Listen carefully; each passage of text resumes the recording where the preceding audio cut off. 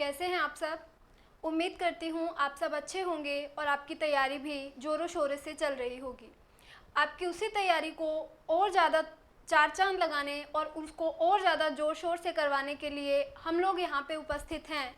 जैसा कि आप देख रहे हैं कि हमारे न्यू बैचेस स्टार्ट हो रहे हैं 25 अप्रैल से। उसके लिए आप लोग फ्री डेमो देख सकते हैं हमारे यूट्यूब चैनल पे, जो कि 5 अप्रैल से स्टार्ट हुई है और 17 अप्रैल तक चलेगी।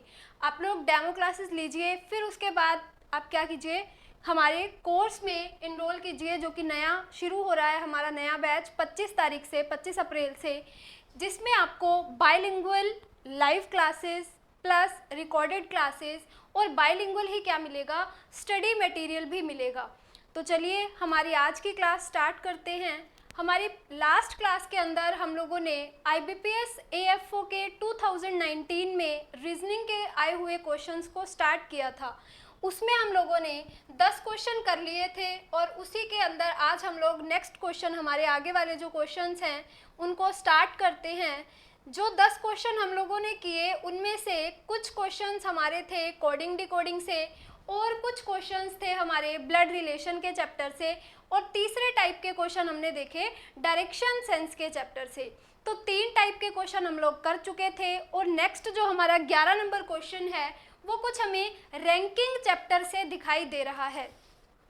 तो आप लोगों के सामने जब भी कोई भी क्वेश्चन पेपर आए तो पहली चीज़ आपको एक ही बात ध्यान में रखनी है, जो क्वेश्चंस आपको पहले आते हैं और जो आपको पता है कि कम टाइम में सॉल्व हो सकते हैं, आपको उन्हीं क्वेश्चंस को पहले करना है। और आपके पास, आपके दिमाग में एक चीज़ सेट होनी चाहिए कि जो क्वेश्चन में आपको डाउट लग रहा है कि ये क्वेश्चन या तो हमें नहीं आता या फिर इसमें हमसे टाइम लग सकता है, तो आपको स्किप करना आना चाहिए। जितनी पावर आपकी स्किपिंग की होगी पेपर के अंदर, उतना जल्दी आप कर पाएंगे पेपर को कंप्लीट और ज़्यादा क्वेश्चन अटेम्प्ट कर पाएंगे।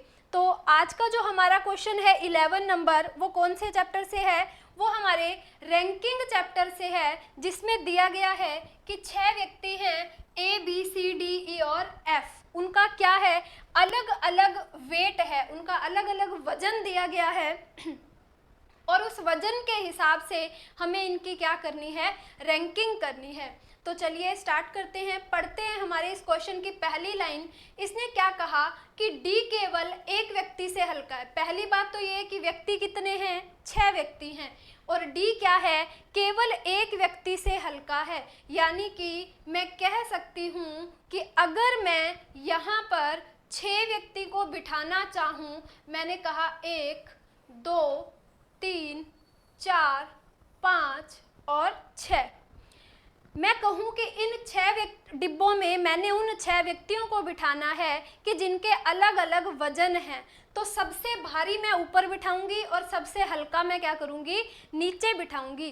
तो क्वेश्चन में उसने इन्फॉर्मेशन जो सबसे पहली दी वो हमें क्या दी कि जो D है वो क्या है, D जो हमारा है वो केवल एक व्यक्ति से हल्का है। मतलब इस एक व्यक्ति से तो D क्या है, हल्का है और बाकी सबसे क्या है, D भारी है। तो यानी कि हमारा D कहाँ बैठ गया, दूसरे नंबर पे बैठ गया। अगली इन्फॉर्मेशन क्या कहती है, अगली इन्फॉर्मेशन E जो है वो B से भारी है लेकिन F से हल्का है। यानी कि हम कह सकते हैं यहाँ पे वो कह रहा है E जो है वो B से भारी है लेकिन F से हल्का है। अब यहाँ मैं कहाँ पर बिठाऊं E को, कहाँ F को और कहाँ B को, इसलिए मैंने क्या किया, इसको थोड़ा सा रफ में सेट कर लिया ताकि बाद में यहाँ अरेंज हो जाएगा, फिर हम सीधा इसमें बिठा देंगे। अगली इन्फॉर्मेशन, A जो है वो F से भी भारी है और व्यक्ति B जो है वो सबसे हल्का नहीं है, ठीक है। अब वो कह रहा है कि A तो F से भारी है, मतलब F के ऊपर कहीं कौन आएगा, A आएगा। अब 4 डिब्बे खाली, 1 2 3 4, 1 2 3 4, चलो जी मैं यहाँ बिठा दूँ A F E और B, बिठा दिया मैंने। लेकिन अब उसने एक लाइन लाइन कह दी कि जो बी है वो सबसे हल्का व्यक्ति नहीं है, और हमारी इस कंडीशन में तो क्या बन रहा है, बी सबसे हल्का व्यक्ति बन रहा है, यानी कि ये वाली कंडीशन तो नहीं हो सकती। तो हमारे पास कंडीशन क्या बनेगी, हमारे पास कंडीशन बनेगी कि जो ए है वो तो कहाँ आएगा, सबसे फर्स्ट नंबर पे आएगा। ए आएगा यहाँ और एफ आएगा यहाँ, ई यहाँ, बी यहाँ, और सबसे हल्का व्यक्ति कौन होगा, सी होगा, जो कि कहाँ आएगा, सबसे नीचे आएगा। तो कंडीशन सारी क्या हो रही है, फुलफिल हो रही है। कैसे हो रही है कि डी तो क्या है, सिर्फ एक व्यक्ति से हल्का है, ठीक है जी, बाकी सबसे भारी है। फिर उसने कहा कि जो ई है वो बी से तो भारी है लेकिन एफ से हल्का है, ई बी से भारी है, एफ से हल्का है, और ए क्या है, वो ए एफ से भी भारी है, ठीक है जी, एफ से भी भारी हमने बना दिया। और उसके बाद बी जो है वो सबसे हल्का व्यक्ति नहीं है, बी क्या है, सेकंड हल्का है, दूसरे नंबर पे हल्का है, सबसे हल्का व्यक्ति तो कौन है, सी है, ठीक बात। अब देखते हैं इसके हम क्वेश्चंस। जो 11 नंबर क्वेश्चन है वो आपसे पूछ रहा है कि इनमें से जो सबसे भारी व्यक्ति है वो कौन सा है। तो सबसे भारी व्यक्ति हमें कौन सा दिखाई दे रहा है, ऑप्शन नंबर हमारा फर्स्ट ए जो है वो क्या है, सबसे भारी व्यक्ति है। फिर देखते हैं अगला क्वेश्चन। अगले क्वेश्चन में क्या है, दूसरा सबसे हल्का, सबसे हल्का तो कौन था, सबसे हल्का तो था सी, और दूसरा सबसे हल्का कौन है, बी। तो हमारा ऑप्शन नंबर क्या होगा, 4 जो है वो क्या होगा, सही आंसर होगा। अगला क्वेश्चन, अगले क्वेश्चन में वो कह रहा है कि डी का वजन क्या हो सकता है। अब वेट से रिलेटेड उसने क्वेश्चन में हमें इंफॉर्मेशन दी थी, वो इंफॉर्मेशन क्या थी, उसने कहा था कि जो व्यक्ति तीसरा सबसे हल्का है उसका वजन तो कितना है, 73 kg है, और जो सबसे भारी है उसका वजन कितना है, 96 kg है। यानी कि यहाँ पे सबसे भारी तो कौन है, ए है, तो इसका वजन कितना होगा, 96 kg होगा। और तीसरा हल्का, पहला दूसरा तीसरा कौन है, ई है, इसका वेट कितना है, इसका वेट आपके पास है 73 या 73 kg, इसका वेट कितना है, 73 kg है। और आपसे क्वेश्चन में किसका वेट पूछा है, आपसे क्वेश्चन में पूछा है डी का वेट। यानी कि मैं कह सकती हूँ कि इस डी और एफ का वेट क्या होगा, 73 से तो क्या होगा, ज़्यादा होगा, और 96 से क्या होगा, कम होगा। यानी कि 73 से ज़्यादा और 96 से कम वाले जो ऑप्शंस आपके पास हैं आप उनको देखिए, बाकी सबको क्या कर दीजिए, रिजेक्ट कर दीजिए। देखते हैं हमारे पास कौन कौन से ऑप्शंस जो हैं वो ऐसे हैं। 97 ये तो बड़ा हो गया, ये भी गया, 73 ये भी गया, 62 ये भी गया। अब इसमें क्या है, एक जो ऑप्शन है वो हमारा उन दोनों के बीच में बिलोंग कर रहा है, तो वो क्या होगा, हमारा आंसर होगा। और हमारे इस क्वेश्चन का आंसर क्या होगा, ऑप्शन नंबर 2 यानी कि 85 kg क्या होगा, डी का वेट होगा। ठीक बात, चलते हैं अगले क्वेश्चन पे। अगला क्वेश्चन जो है वो आपके इक्वालिटी इनइक्वालिटी चैप्टर से है। इक्वालिटी इनइक्वालिटी चैप्टर के अंदर आपको 3 से 4 साइंस का ध्यान रखना है। 3 से 4 चिन्ह होंगे जिनके बारे में आपको पता होना चाहिए। सबने देखे हैं, मैथ्स के अंदर सबने पढ़े हैं, और आज हम लोग इन क्वेश्चंस को इन साइंस को कहाँ देखेंगे, रीजनिंग के अंदर देखेंगे, और ये क्या काम आएंगे यहाँ पे। वो मैथ्स के अंदर तो हम इनको क्या देखते थे, greater than, less than, greater than, equal to, less than, equal to. यहाँ क्या है, यहाँ ये एक दरवाजे की तरह काम करेंगे, एक गेट की तरह काम करेंगे कि अगर तो दरवाज़ा खुला होगा तो यानी कि वो एंट्री कर सकते हैं, और अगर दरवाज़ा बंद होगा तो वो क्या है, एंट्री नहीं कर सकते। ठीक बात। अब यहाँ से ये क्या है, ओपन साइड है, तो हम यहाँ से तो एंट्री कर सकते हैं लेकिन यहाँ से नहीं कर सकते। सेम यही बात यहाँ पर होगी। जब कभी भी आपको ये दो साइन साथ में मिल जाए, यानी कि ग्रेटर देन इक्वल टू या फिर लेस देन इक्वल टू, तो इसमें आपको क्या करना है, या की कंडीशन होगी, या तो वो दोनों चीज़ें बड़ी या छोटी होंगी या फिर क्या होंगी, बराबर होंगी। ठीक है, बाकी क्वेश्चंस के साथ देखते हैं कि क्या क्या कंडीशंस बन रही हैं। तो आपको ध्यान यही रखना है कि खुले की तरफ से एंट्री होगी, बंद की तरफ से एंट्री नहीं होगी। तो ये है आपके पास दी गई स्टेटमेंट।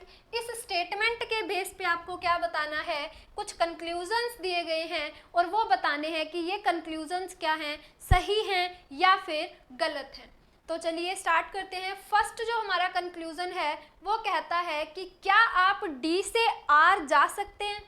तो हमने देखा कि डी तो कहाँ पर है, डी तो यहाँ पर है, बीच में क्या लगा है, कोमा का निशान लगा है, और आर कहाँ है, सेकंड स्टेटमेंट के अंदर है। ठीक है, अगर ऐसा कुछ भी हो, एक दो से ज़्यादा स्टेटमेंट दी हो, दो या दो से ज़्यादा स्टेटमेंट दी हो, तो आपको क्या करना है, कॉमन फैक्टर को ढूंढना है। कोई ना कोई कॉमन लेटर मिलेगा, वहाँ से आपको एंट्री करनी है। दोनों में कॉमन देखें तो हमें क्या कॉमन दिखाई दे रहा है, यहाँ भी के है, यहाँ भी के है। तो शुरू करते हैं, डी से जाना है आर, तो क्या मैं डी से के जा सकती हूँ, बिल्कुल जा सकती हूँ। क्या है, गेट खुला है, पहुँच गए हम के तक। के से क्या मैं पी जा सकती हूँ, बिल्कुल जा सकती हूँ, ओपन है गेट। फिर पी से आर जा सकती हूँ, बिल्कुल जा सकती हूँ, ओपन है दरवाज़ा। तो हमारे पास फर्स्ट कंक्लूजन तो क्या हुआ, राइट हुआ कि हम डी से के गए, के से पी गए और पी से कहाँ गए, आर गए, यानी कि हम डी से आर जा सकते हैं। तो फर्स्ट हमारा जो कंक्लूजन हुआ वो क्या हुआ, सही हुआ। फिर देखते हैं सेकंड कहता है कि क्या एच से के जा सकते हो। ये रहा एच और ये रहा के, ये रहा एच, ये रहा के, और इनमें देखो आपको क्या मिल रहे हैं, दो अपोजिट साइन, एक साइन ऐसे, एक साइन ऐसे। यहाँ से तो एंट्री हो जाएगी, लेकिन क्या आगे एंट्री होगी, क्या आगे एंट्री नहीं होगी, क्योंकि गेट क्या है, बंद है। तो हमारा सेकंड कंक्लूजन क्या होगा, रॉन्ग होगा। थर्ड पे चलते हैं, कहाँ जाना है, डी से पी जाना है। डी से पी जाने के लिए कॉमन कौन है, के। तो क्या मैं डी से के जा सकती हूँ, बिल्कुल जा सकती हूँ। क्या मैं के से पी जा सकती हूँ, बिल्कुल जा सकती हूँ। तो हमारा आंसर क्या होगा, कंक्लूजन हमारा फर्स्ट और थर्ड सही है। तो ऑप्शन नंबर 5 के साथ हम लोग जाएंगे, क्योंकि ऑप्शन नंबर 5 क्या कह रहा है, फर्स्ट और थर्ड को सही कह रहा है। ठीक है, अगला क्वेश्चन भी हमारे इसी चैप्टर से है, इक्वालिटी इनइक्वालिटी से। स्टेटमेंट आपकी ये दी गई है और उस पर बेस्ड कंक्लूजन दिए गए हैं। फर्स्ट जो कंक्लूजन है वो आपके पास है कि x से v की तरफ आपको जाना है, लेकिन एक बात ध्यान रखिए, यहाँ क्या है, सिर्फ और सिर्फ आपको सिंगल साइन दिया गया है। ठीक है, और यहाँ हम देखें कि एक कोमा लगा के x greater than equal to y, फिर कोमा लगा के y बराबर v। अब मुझे पता है कि y और v के बीच में अगर बराबर का निशान है तो हम कह सकते हैं कि इस y की जगह में क्या लगा सकती हूँ, v लगा सकती हूँ। तो यानी कि यहाँ हमारे पास जो स्टेटमेंट बनी वो कुछ इस तरह से बनी। और कंक्लूजन वाला हमें क्या कह रहा है, कि कंक्लूजन वाला हमें कह रहा है कि सिर्फ और सिर्फ इनके बीच में ग्रेटर देन का रिलेशन है, बराबर का रिलेशन नहीं है। तो ये तो हमारी क्या हो गई, गलत हो गई, क्योंकि स्टेटमेंट हमें ये कह रही है, कंक्लूजन हमें ये कह रहा है, तो ये दोनों चीज़ें तो पॉसिबल नहीं है। तो हमारा जब कभी भी आपके पास स्टेटमेंट के अंदर ऐसी कंडीशन आए तो आपका आंसर क्या होगा, x क्या है, या तो वो बराबर है या वो क्या है, बड़ा है। तो या की कंडीशन आपकी जब भी बने तब इस तरह की स्टेटमेंट और इस तरह के कंक्लूजन आपको मिलेंगे। सेकंड इसका कंक्लूजन क्या कहता है कि आपको कहाँ जाना है, W से U की तरफ जाना है। तो कहाँ है W, ये रहा, और U कहाँ है, ये रहा। मतलब पहले बीच में कॉमन कौन है, V कॉमन है। तो मैं क्या करूँ, यहाँ v लगा दूं या फिर ना भी लगाऊं। तो w से x जा सकते हैं, x से y बिल्कुल जा सकते हैं, और y से v बिल्कुल जा सकते हैं, क्योंकि बराबर का मतलब क्या है, चाहे आप यहाँ से एंट्री कर लो चाहे आप यहाँ से एंट्री कर लो। तो हम कहाँ पहुँचे, v तक पहुँच चुके, और v से कहाँ जा सकते हैं, u हम जा सकते हैं, क्योंकि ओपन गेट है। तो यानी कि हमारा सेकंड कंक्लूजन क्या होगा, राइट होगा, और फर्स्ट कंक्लूजन क्या होगा इस क्वेश्चन का, रॉन्ग होगा। तो हमारे पास ऑप्शन नंबर 4 सही है कि केवल दूसरा जो हमारा कंक्लूजन है वो सही है। नेक्स्ट क्वेश्चन के अंदर भी आपको एक स्टेटमेंट गिवन है और 2 कंक्लूजन गिवन है। इसमें कह रहा है कि एंट्री कहाँ से करनी है, P से M की तरफ जाना है। ये रहा P और ये रहा M। क्या जा सकते हो, पहला ही दरवाजा क्या है, बंद है, तो आगे देखने की जरूरत ही नहीं है। पहला कंक्लूजन क्या हुआ, गलत हो गया। सेकंड चले, J से कहाँ जाना है, X की तरफ जाना है। ये रहा J और ये रहा X। कॉमन कौन है, P कॉमन है। J से P बिल्कुल जा सकते हैं। क्या P से X जा सकते हैं, नहीं जा सकते, गेट क्या है, बंद है। तो हमारा ये कंक्लूजन भी क्या हुआ, गलत हुआ। यानी कि फर्स्ट और सेकंड दोनों कंक्लूजन गलत, ना ही फर्स्ट ना ही second, option number 4। Next question में आपको सिलोजिज्म से रिलेटेड क्वेश्चन दिए गए हैं। एक से ज़्यादा स्टेटमेंट होंगी और उससे ज़्यादा क्या होंगे आपके पास, कंक्लूजन्स होंगे। तो चलिए शुरू करते हैं। इस क्वेश्चंस में कुछ वर्ड्स आपको ध्यान में रखने हैं जो कि आपको दिख रहे होंगे। यहाँ है केवल कुछ और यहाँ है कुछ। जब भी इस तरह का क्वेश्चन आए तो आपको इन्हीं वर्ड्स को, इन्हीं कीवर्ड्स को ध्यान में रखना है। यही क्या है, आपके क्वेश्चन को सही करवाएंगे और यही क्या है, गलत करवाएंगे। पूरा का पूरा चैप्टर ये 3-4 शब्दों पे ही घूमता है। तो चलिए देखते हैं स्टेटमेंट क्या है। केवल कुछ सेब अच्छे हैं, केवल कुछ सेब अच्छे हैं। अब सेब का सिर्फ ये जो पार्ट है, ये जो पोर्शन है वो क्या है, अच्छा है, और ये वाला पोर्शन अच्छा नहीं है। अब ये मैं श्योरिटी से कह सकती हूँ या फिर इस चीज़ की पॉसिबिलिटी है, मतलब कह सकती हूँ कि है या फिर नहीं है। तो जब भी आपके पास केवल कुछ की कंडीशन आएगी तो बाकी का बचा हुआ जितना भी पोर्शन है वो श्योरिटी नेगेटिव के अंदर आएगी। वो श्योर ही क्या होगा, नेगेटिव होगा। मतलब अगर मैं ये कहूँ कि कुछ सेब अच्छे हैं, मतलब ये पोर्शन अगर सेब का अच्छा है तो ये वाला पोर्शन जो है सेब का अच्छा नहीं है, ये श्योर है। दूसरी लाइन क्या कहती है, दूसरी स्टेटमेंट, कि कुछ सेब सड़े नहीं हैं, कुछ सेब सड़े नहीं हैं। अब मैंने कह दिया कि ये वाले जो सेब हैं जो इसके अंदर हैं वो क्या हैं, सड़े हुए हैं, सड़े हुए नहीं हैं। और ये जो बाकी का एरिया बचा है इसके बारे में क्या हम श्योर हो सकते हैं कि ये सड़े हुए हैं या नहीं हैं? तो इसके बारे में हम श्योर नहीं हो सकते। क्यों नहीं हो सकते? क्योंकि यहाँ लिखा है कुछ वर्ड और यहाँ लिखा है केवल कुछ। केवल कुछ के पार्ट में जब भी केवल कुछ आएगा तो बचा हुआ पार्ट क्या होगा, श्योर होगा, लेकिन कुछ के पार्ट में बचा हुआ जो पार्ट है वो श्योर नहीं होगा। यानी कि हम यहाँ कह सकते हैं कि बचे हुए सेब जो हैं वो अच्छे नहीं हैं, लेकिन यहाँ हम नहीं कह सकते कि जो बचे हुए सेब हैं वो सड़े हुए हैं या फिर नहीं है। देखते हैं इसके कंक्लूजन। यहाँ वो कहता है कि कुछ सड़े के अच्छे होने की संभावना है, कुछ सड़े के अच्छे होने की संभावना है। और पॉसिबिलिटी सही कब होती है, जब आपका जो आंसर है वो कांट से में आए, यानी कि हम लोग निर्धारित ना कर पाए, उस कंडीशन में अगर आपकी पॉसिबिलिटी लगी है तभी वो क्या होगी, सही होगी। श्योरिटी के अंदर पॉसिबिलिटी कभी भी सही नहीं होती है। तो देखते हैं कि कुछ सड़े के अच्छे होने की संभावना, क्या कुछ सड़े के अच्छे होने की संभावना है? क्या इस सड़े हुए का रिलेशन इस अच्छे के साथ हो सकता है? क्या बिल्कुल हो सकता है। क्यों? क्योंकि हम कह नहीं सकते कि इसका इसके साथ कोई रिलेशन है या फिर नहीं है। तो निर्धारित जब नहीं कर सकते तो उसकी पॉसिबिलिटी क्या होगी, सही होगी। यानी कि हमारा कंक्लूजन फर्स्ट क्या होगा, वो सही होगा। सेकंड में वो कहता है कुछ सेब अच्छे नहीं हैं, कुछ सेब अच्छे नहीं हैं। ये वाले सेब तो अच्छे हैं और ये वाले सेब अच्छे नहीं हैं, इसकी हम लोग श्योरिटी कर चुके। क्यों कर चुके? क्योंकि उसने क्या कहा, केवल शब्द दिया, केवल कुछ शब्द दिया, जिसकी वजह से हम ये क्या कर पाए, श्योर कर पाए कि ये पार्ट अच्छा है, तो ये पार्ट श्योर है कि अच्छा नहीं होगा। तो हमारा कंक्लूजन सेकंड भी क्या होगा, सही होगा।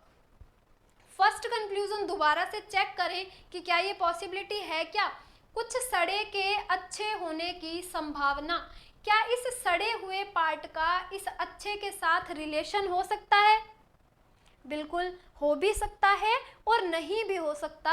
इसीलिए जब हम कांट से की कंडीशन में पॉसिबिलिटी लगाते हैं तब वो क्या होती है, सही होती है। तो हमारे दोनों ही कंक्लूजन क्या हैं, यहाँ पे सही होंगे। तो हमारे पास जो आंसर रहेगा वो कौन सा रहेगा, both the conclusion follows, option number जो 3 है हमारे पास वो क्या है, इसका राइट आंसर है। अगला क्वेश्चन,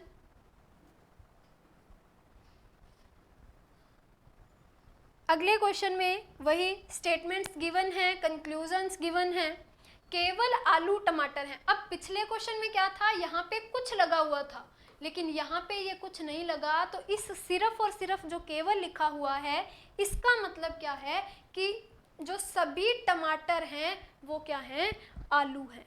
सभी टमाटर क्या हैं, आलू हैं। जब भी केवल वाली कंडीशन आपको दिखे, सिर्फ और सिर्फ केवल लिखा हो, तो उसमें आप सेकंड जो आपका वेरिएबल है वो ऑल की कंडीशन में आता है। यानी कि यहाँ मैं क्या कहूँ कि जितने भी टमाटर हैं वो सारे के सारे क्या हैं, आलू हैं। या फिर इसको ऐसे समझो कि जब केवल आलू टमाटर दिया है, यानी कि केवल के साथ जो भी वेरिएबल दिया है वो किस कंडीशन में आएगा, कुछ की कंडीशन में आएगा। यहाँ हम क्या कह सकते हैं, सभी टमाटर तो आलू हैं, लेकिन कुछ आलू क्या हैं, टमाटर हैं। टमाटर सभी होंगे लेकिन आलू कुछ होंगे। सेकंड कंडीशन, कुछ कद्दू आलू हैं, कुछ कद्दू क्या हैं, आलू हैं। ठीक बात, यहाँ कद्दू, ये क्या है, कुछ कद्दू, कुछ कद्दू आलू हैं। ठीक है, अब इसके जो कंक्लूजन्स हैं, निष्कर्ष हैं, उसमें क्या है कि कुछ टमाटर के कद्दू होने की संभावना है। क्या हमें दिख रहा है कि इस टमाटर का इस कद्दू के साथ कोई भी रिलेशन है? बिल्कुल नहीं दिख रहा। लेकिन यहाँ हम श्योरिटी के अंदर पॉसिबिलिटी है, ये रिलेशन तो श्योर है ही नहीं कि बिल्कुल भी टमाटर और कद्दू का तो कोई रिश्ता नहीं है। तो यहाँ अगर श्योरिटी के अंदर पॉसिबिलिटी लगती है तो वो सरासर क्या होती है, गलत होती है। यानी कि हमारा फर्स्ट कंक्लूजन क्या है, गलत है। सेकंड कंक्लूजन, कुछ कद्दू के आलू होने की संभावना है, कुछ कद्दू के आलू होने की संभावना है। ये वाला हिस्सा तो भाई पहले से ही उसने दे रखा है स्टेटमेंट के अंदर कि इतना पोर्शन तो कद्दू का क्या है, आलू के अंदर है। यानी कि ये भी क्या है, हमारा श्योर है। और श्योरिटी के अंदर पॉसिबिलिटी क्या होती है, गलत होती है। तो यानी कि हमारे इस क्वेश्चन का जो आंसर रहेगा वो क्या रहेगा कि none of the conclusion follows, option number 5, कि कोई भी जो हमारी स्टेटमेंट कंक्लूजन है वो उस स्टेटमेंट को फॉलो नहीं कर रही है। नेक्स्ट क्वेश्चन,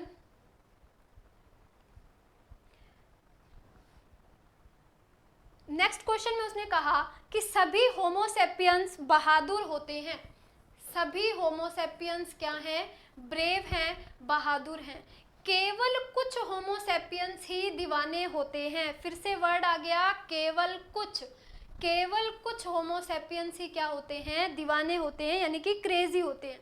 तो अब उसने कहा कि इतना पार्ट ही होमोसेपियंस का क्या है, क्रेजी का है, दीवाने का है। यानी कि ये वाला जो बचा हुआ पार्ट है होमोसेपियंस का, ये श्योर ही क्रेजी नहीं है। कांट से हम इसमें नहीं कह सकते। क्यों नहीं कह सकते? क्योंकि क्या लगाया है, केवल कुछ वर्ड यहाँ पे यूज किया है। चलिए निष्कर्ष देखते हैं। कुछ होमोसेपियंस क्रेजी नहीं है, वही बात आ गई, कुछ होमोसेपियंस क्रेजी नहीं है। हम तो श्योर हैं इस चीज़ के लिए, हमें पहले ही पता चल गया था। तो हमारा फर्स्ट कंक्लूजन क्या होगा, बिल्कुल सही होगा, क्योंकि उसने केवल कुछ वर्ड देके इतने ही पोर्शन को डिनोट किया था। अगला, सभी बहादुर के क्रेजी होने की संभावना है। क्या ये वाला ब्रेव का पोर्शन पूरा का पूरा क्रेजी में आ सकता है क्या? बिल्कुल कभी भी नहीं आ सकता, किसी भी कंडीशन में नहीं आ सकता। तो यहाँ पे पॉसिबिलिटी तो गलत ही होगी। क्यों गलत होगी? क्योंकि पॉसिबिलिटी सही तब होती है जब हमारा आंसर कांट से में आता है, निर्धारित नहीं किया जा सकता में आता है, तब भी हम पॉसिबिलिटी को क्या मानते हैं? सही मानते हैं। यानी कि सेकंड जो हमारा कंक्लूजन है वो क्या हुआ? गलत हुआ। तो यहाँ हमारा आंसर क्या रहेगा कि हमारा सिर्फ और सिर्फ फर्स्ट जो कंक्लूजन है वही फॉलो कर रहा है। तो ऑप्शन नंबर हमारा कौन सा सही होगा? फर्स्ट सही होगा। नेक्स्ट क्वेश्चन,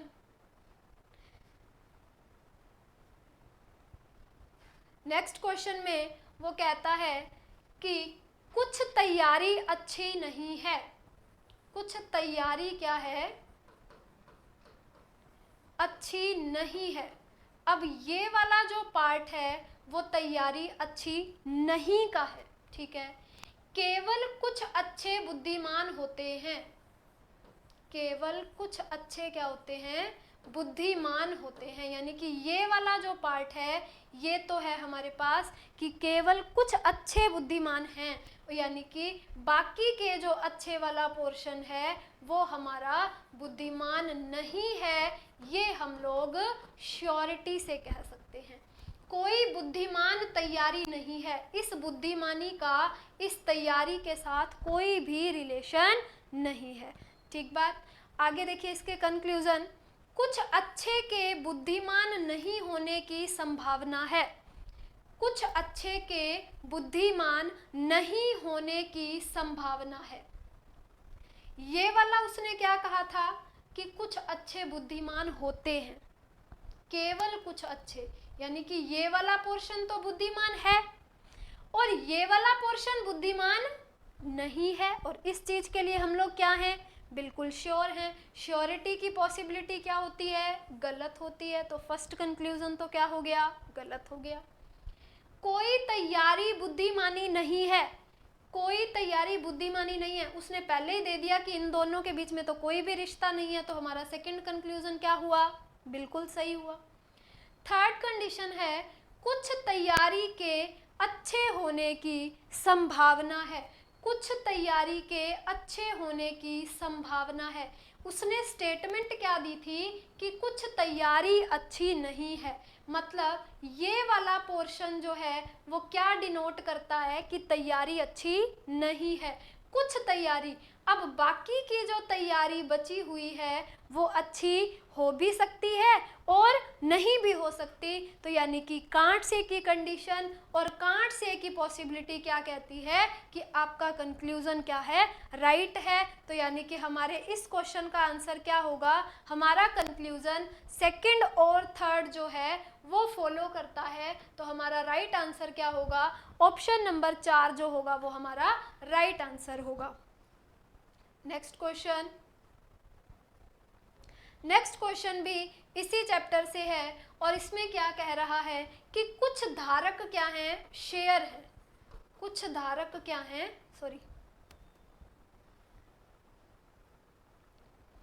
कुछ धारक शेयर है। ठीक बात। क्या मैं इसको इस तरह से बना सकती हूं?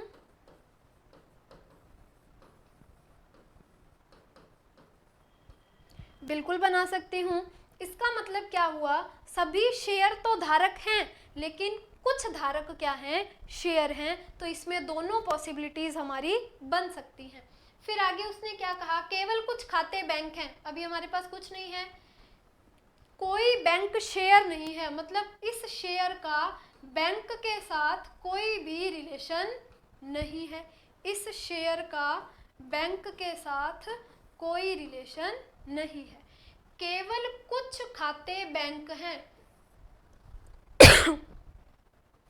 इतना पोर्शन क्या है?